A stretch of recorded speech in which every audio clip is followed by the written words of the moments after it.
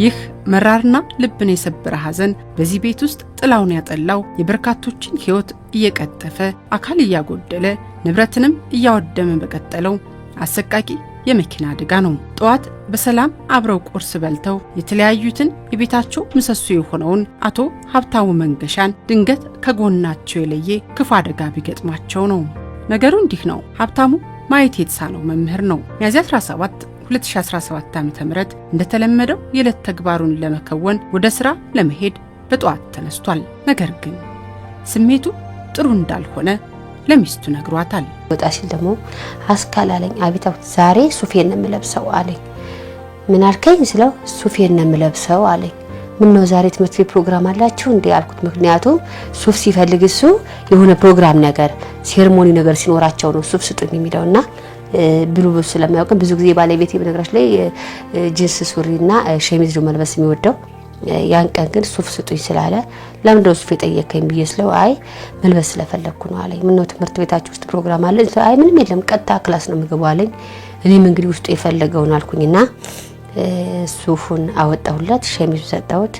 ኮቱንም ስጭኝ አለኝ። እንዴ አንተ እኮ ወጣት ነህ ሱሪና ሸሚዙ ይበቃል ብዬ ስለው አይ ዛሬማ መጉደል የለበትም ሙሉ ፕሮቶኮል መጠበቅ አለበት አለኝ። ከመኝታው ወጣና ጌታዬ አለው። አቤት አለው። ልጄ እንዴት ነው ስለው አባቴ ያምርብሃል ዛሬማ ምን ይወጣልሃል ታምራለህ አለው።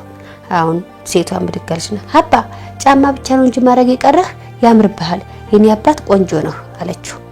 እሱም ልቡ እየተጨነቀ ይሆን አላውቅም። ያን ቀን እንግዲህ መንገታ ቤት ገባና ተመስገን ጌታዬ እንኳን ተወለዳችሁ እንኳን አደጋችሁ ይላል ብቻውን ቆሞ ቁሳኑ ጋር ከዛ እንዴ ምን ነው ማሬ በየስለው አየሽ መውለድ ጥሩ ነው ደሞ ሆዳቸው እየባባ ነው መሰለኝ ትናንትና ማታ ሁለቱም ከንቅልፋቸው እየተነሱ እንቃርገውኛ ያደሩ ሲለኝ እንዴ ልጅ ከበላ ከጠጣኮ እያደገ ነው የሚመጣው እንደዛ አይነት ስሜት አይፍጠርብህ ብዬ ስለው ተመስገን ጌታዬ ያለ።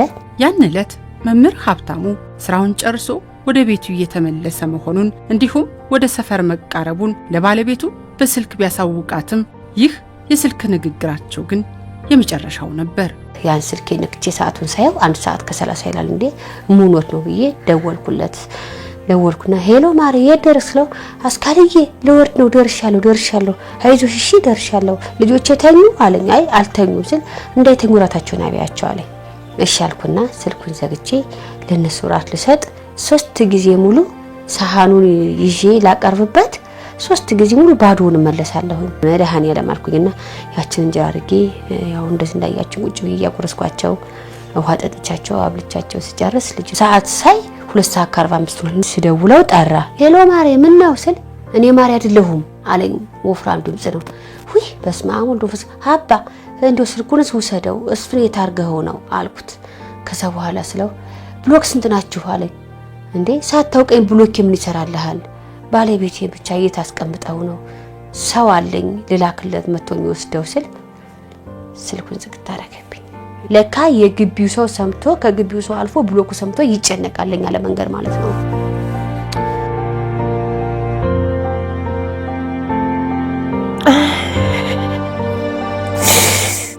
ምናምን ቆሞ ቢያሳልፈው አየሁትም በቦታ የሚገጨው ምናምን እሱም ልጆችን ይወጣል እኮ ምናምን ልጆችን ወላጅ አባባ ያረጋቸው።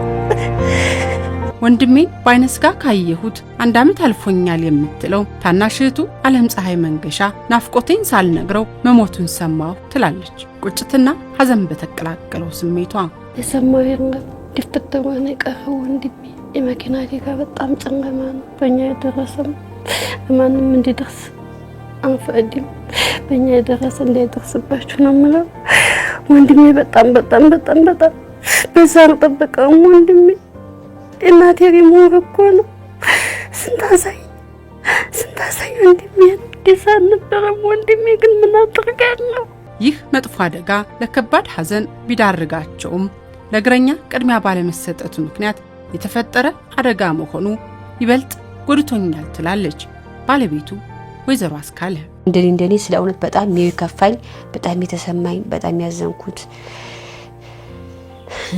ሰውን ያህል ነገር ሰውን ያህል ነገር ሲገጭ አላየሁም ያለ ሹፌር ነው ማለት እንዴት ኬንያው ለበለበልህ እንዴት አታሳልፈውን ብየስለው አላየሁትም ያለኝ ሰው እንዴት ሞተርን ያህል ነገር ይዞ ጎማን ያህል ይዞ መንገድ ካላየኮ አይነ ስውር ይሻላል ከሱ ማለት እኔ አሁን ያይኔ ብሌን ጠፋ እንጂ ሃይምሮዬ 100% ያስባል ይሄ ሰው ደግሞ እንግዲህ በትልቅ ተቋም ተመርቆ መንጃ ፍቃድ ኑሮት ህዝብ ሊያገለግል ያያዘ ሰው ነው ህዝብን ያገለግላል ብሎ ህዝብን እየጨረሰ ጥያቄ የሌለው ግለሰብ እንዴት ነው ጥሩ ነገር ኑሮት ጥሩ አመለካከት ኑሮት ሌላውን ሰው ሊጠብቅ የሚችለውና እኔ ባለቤት ያሁን ቀኑ ደርሶ ሳይሆን የሞተው ኬኑን ያውለበለበለት ነበር ግን እሱ ንቆት ነው የሄደው ሳያሻግረው ነው ወይ ወጣበት ባለቤት ይላል ሀብታሙ ላይ የደረሰው አደጋም የ3 እና የ7 ዓመት ልጆቹን ያላባት ያስቀረ ሲሆን እንዲህ ያለው የመኪና አደጋ የበርካቶችን ቤት እያጨለመ ልጆችን ያለ ወላጅ ያስቀረ በመሆኑ ጉዳዩ ትኩረት የሚሻ ነው ባይናቸው ልጆች አሁንባች እየቀሩ ነው ወላጅ አርባ እየሆኑ ነው ስለዚህ መኪና አደጋ በጣም አስከፊ ነው መንግስት ጠበቅ ያለ ቅጣት ቢሰጥ ያው ወደፊት እንኳን ትምህርት ውስጥ ያሉ ባይና ምክንያቱም ብዙ ልጆች ወላጅ አርባ እየሆኑ ነው በመኪና አደጋ ታሞ የቀበረ ሰው አይጸጸትም ምክንያቱም ማስታመሽ ቀብረሻል አትጸጸችም ማለት ግን ይሄ መኪና አደጋ ውጥት ብሎ ተስራት ያስተምረው ተስራ ቤት የገባር ነው ልጆችን አገኛለሁ ልጆቹ በአንዱ እጁ የሚያመለክትባትን ይዞ በአንዱ እጁ ደግሞ ልጆቹ በፌስታል የሚመገቡት ይዞ ነው የመጣው ወንድሜ ማለት ነው ያን ልጆችን አገኛለሁ ሰላም ገባለሁ ነው የመጣው እና እንደዚህ አይነት አደጋዎች ሹፌሮችን ቢሆኑ ጥንቃቄ ቢያደርጉ ለወላጆች ለህፃናቶች ትምህርት ቢወስዱ ቢጠነቀቁ ባይነኝ አንድ ሰው ሲጠፋ ነገ እኔ መጣፋለሁ ብሎ ማሰብ ታላቅነትን ያሳያል ብዬ ነው እንደኔና እኔ አሁን የሀብትዬ ሞት ለኢትዮጵያ ህዝብ ትልቅ መም ነው ብዬ አስባለሁ ምክንያቱም ምሁር ነው ዜጋ ነው ትውልድ ቀራጭ ነው የሰው እጅ የማይጠብቅ ራሱ የጠነከረ ጀግና ወገን የሚመራ ሀገር የሚመራ ጥብቅ ሰው ጥሩ ሰው ይሄንን ስታጣ ሀገሪቷ ራሱ ይሰማታል ምክንያቱም ዋጋ ከፍላበታለች በሀብትዬ ላይ ዋጋ ተከፍሏል መንግስታችን እነዚህ አካል ጉዳተኞች ቢማሩ እኔን ይረዳሉ ምን ይጠቅማሉ ብሎ መንግስታችን ደካማ ናቸው አካል ጉዳተኛ ናቸው ብሎ ሜዳ ላይ ሳይጥለን ከቤተሰባችን ተቀብሎ ላስተማረን መንግስት በቅድሚያ ትልቅ ምስጋና አቀርባለሁ መንግስታችን ዛሬም ከኛ ጋር ነው በባለቤት የሞት ግን ያዝናል አሁንም እኔ የማስተላልፈው መልእክት ምንድነው በኮዬ ፈጬ እስከ ቱዱን ድረስ ያሉ ሹፌሮች ኢቭን ባጃጆች ሳይቀሩ ነው እያሳቀቁን ያሉት ለማለፍ